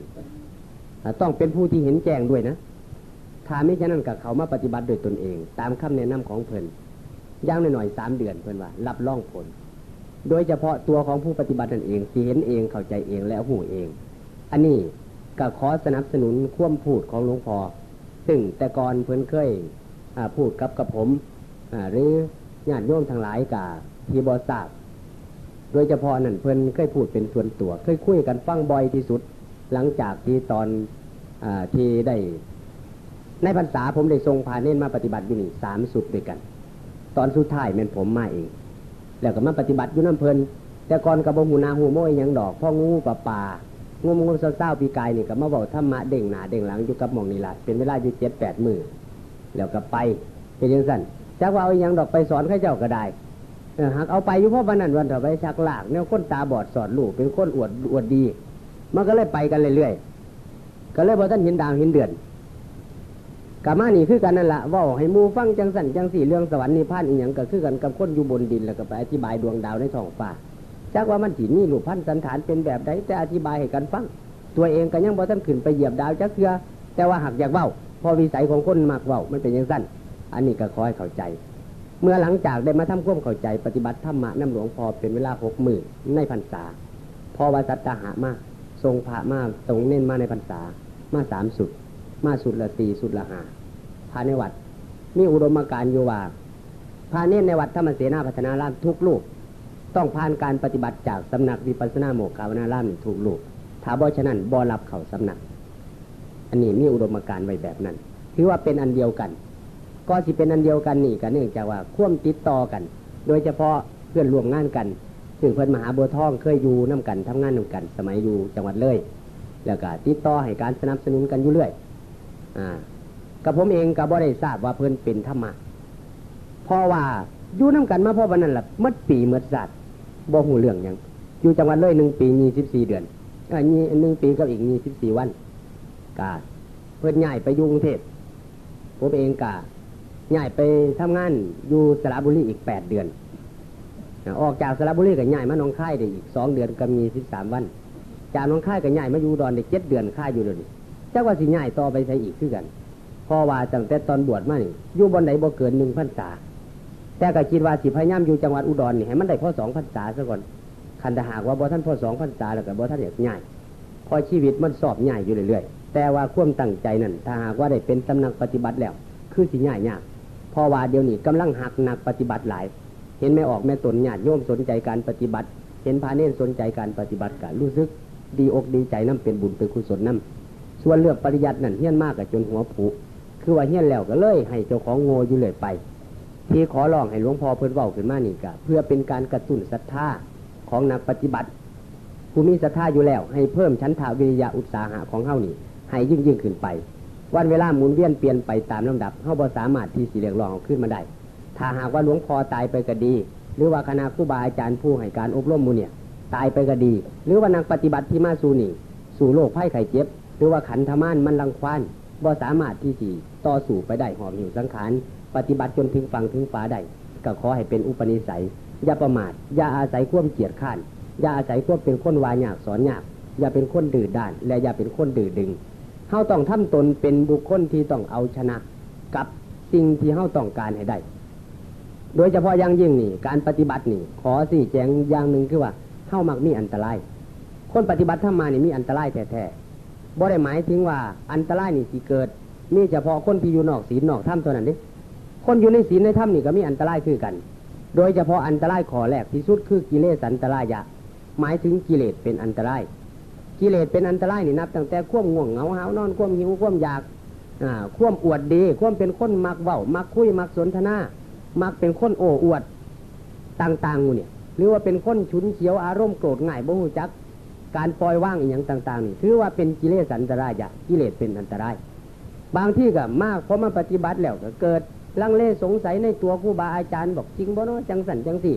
เรามาปฏิบัติเสียเวลาอยู่บ้านอยู่ซองเฮ็ดนั่นเฮ็ดนี่สิได้เงิน9 บาท10 บาทหรือว่าถ้าเป็นพระเจ้าพระสงฆ์ก็สวดนาคบ่หรือว่าไปกรรมฐานบอกก็สิได้ที่5 บาท10 บาทก็สิพอผสมผสานไปความห่วงในลาภสักการะก็มีความลังเลสงสัยก็มีนี่มันเป็นนิวรณ์เข้าครอบงำกั้นกันจิตบ่ให้บรรลุความดีและอีกอย่างนึงก็อุทจักกุจักความฟุ้งซ่านและรำคาญอยู่กับงุดหงิดใจเดี๋ยวกับรำคาญผู้นั้นเดี๋ยวอยู่เขาก็ไปพ่อเขาเจ้าของไปคือสร้างเขาอยู่พ่อปนันอันเรื่องนี้แย่นี่เรียกว่าอุทจักกุจักงุดหงิดแม่กระทั่งได้ยินเสียงไฟบอกอีหยังกับรำคาญอันนี้เขาต้องหูให้ท่านเมื่อหูให้ท่านแล้วพยายามใส่จิตดูจิตเอาสติเบิ่งจิตแล้วอารมณ์ต่างๆเนี่ยมันก็หายไปพยายามตามมันให้ท่านเข้าสู่ทุกข์สู่ยากสู่ลำบากมาแล้วเลี้ยงลูกปลูกพ่อหรือว่าแทบจะเอาชีวิตบ่รอดมาแล้วกับชีวิตนั่นเข้าเป็นอย่างจังคอยไปสู่ไปเห็นหายเห็นหน้ามันบ่ตายบอกว่าลำบากมันก็ตายคือกันมันก็เสี่ยงต่ออันตรายคือกันย่างไปหน้าบางที่